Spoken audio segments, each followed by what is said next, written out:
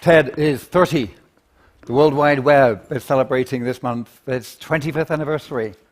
So I've got a question for you.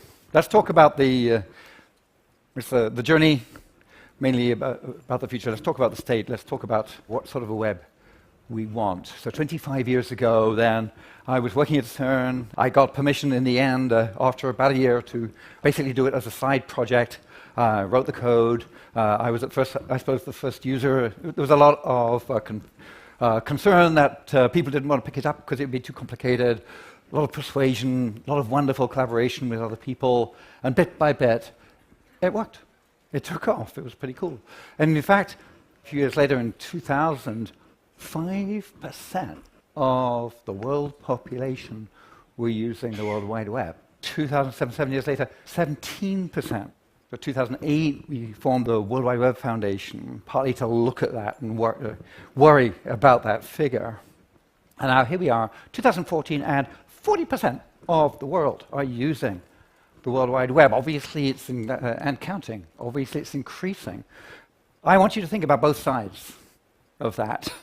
Okay, obviously, to anybody here at TED, the first question you ask is, what can we do to get the other 60% on board as quickly as possible?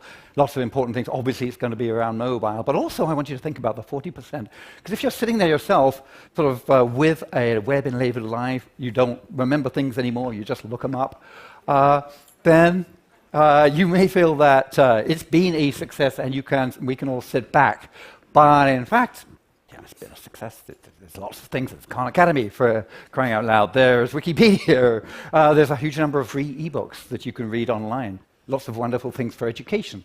Things in many areas. Online commerce has, in some cases, completely turned upside down the way commerce works altogether, made types of commerce available which weren't available at all before.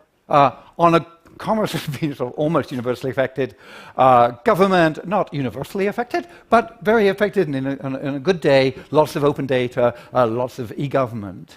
So lots of things which are visible happening on the web. Also lots of things which are less visible.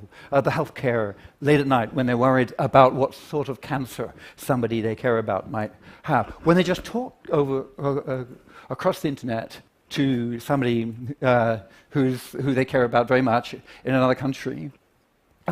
Those sorts of things are they're not out there, and in fact they require a certain amount of privacy.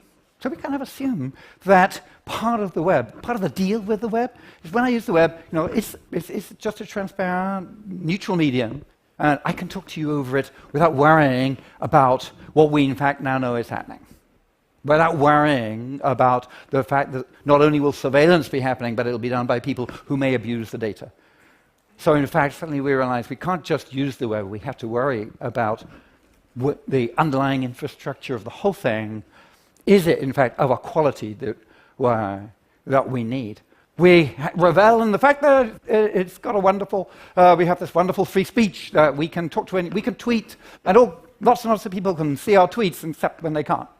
Except when actually Twitter is blocked from their country, or in some way the way we have tried to express ourselves has put some information about the state of ourselves, the state of the country we live in, which isn't available to anybody else. So we must protest and make sure that censorship is cut down, and the web is opened up where there is censorship.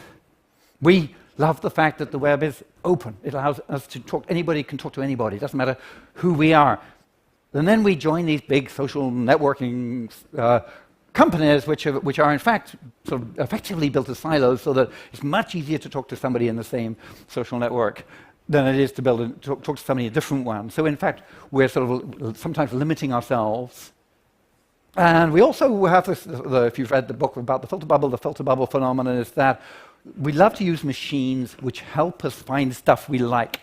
So we love it when they learn what things we like to click on, and so the machine automatically feeds us the stuff that we like, and we end up with this rose-colored spectacles view of the world called a filter bubble.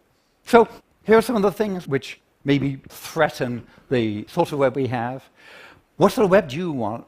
I want one which is not fragmented into lots of pieces, as some countries have been suggesting they should do in reaction to the recent surveillance. I want a web which has got for example, is a really good basis for democracy. I want a web where I can use healthcare with privacy and where there's a lot of health data, clinical data is available to scientists to do research. I want a web where the other 60% get on board as fast as possible. I want a web which is such a powerful basis for innovation that when something nasty happens, some disaster strikes, then we can respond by building stuff to respond to it very quickly. So those are just some of the things that I want. I mean, from a big list, obviously it's longer. You have your list. I want us to use this 25th anniversary to think about what sort of a web we want. You can go to web@25.org and find some links. There are lots of sites where people have started to put together a Magna Carta, a Bill of Rights for the web. How about we do that? How about we decide these are, in a way, becoming fundamental rights, the right to communicate with whom I want. What will be on your list for that Magna Carta? Let's crowdsource a Magna Carta for the web. Let's do that this year. Let's use the energy from the 25th anniversary to crowdsource a Magna Carta for the web. Thank you. And do me a favor. Will you fight for it for me? Okay, thanks.